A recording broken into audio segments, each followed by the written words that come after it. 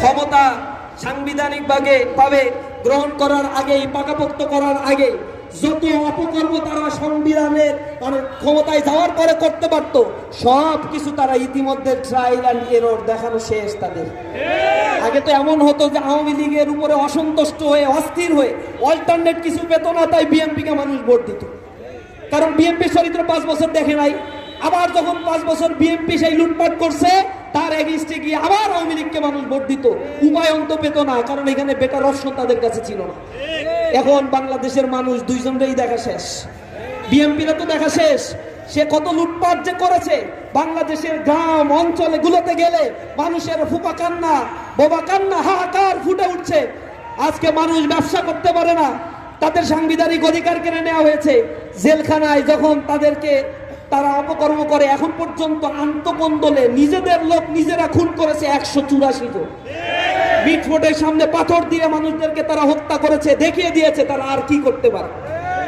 Nomination পায় না, এই জন্য আগুন ধরায় মানুষের রাস্তাঘাটে জনজীবনকে বিপর্যস্ত করছে না তারা।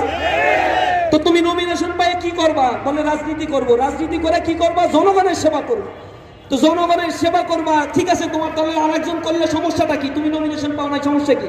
না, আমাকেই পেতে হবে। 16 বছর 17 বছর জুলুম নির্যাতনের শিকার হয়েছি, আমি একমাত্র হকদার।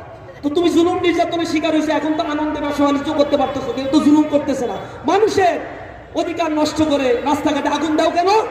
তখন তারা এটা মানে না। মনের ভিতরে একটা কথা আছে যে না, যে নমিনেশন পেয়েছে সে তো এই কেবল ভোট হইলেই ক্ষমতায় যাবে, আর তারপরে যে কোটি কোটি টাকা কামাবে, আমি তো তা কামাইতে পারলাম না, এই জন্যই আমি মূলত রাস্তায়।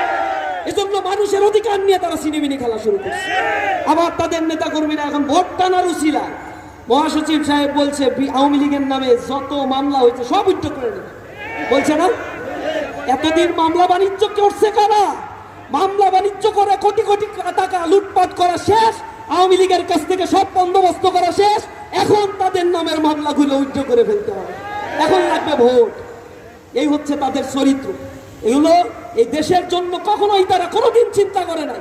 যখনই ক্ষমতায় এসেছে তখনই এই দেশকে দুর্নীতির স্বর্গরাজ্যে তারা পরিণত করেছে।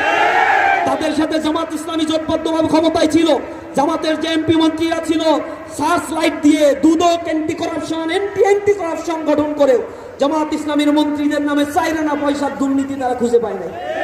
তাহলে জোট সরকারের আমলে দুর্নীতি করছে কারা? 1 নম্বর তালিকায় কারা নিয়ে গেছে? কত লোপাট তারা করেছে। আবার বাংলাদেশে অনিবার্য ক্ষতির দিকে আবার বাংলাদেশকে তারা নিয়ে যেতে চায়। সংস্কার মানে না, নোট অফ ডিসেন্ট দিয়ে বসে আছে।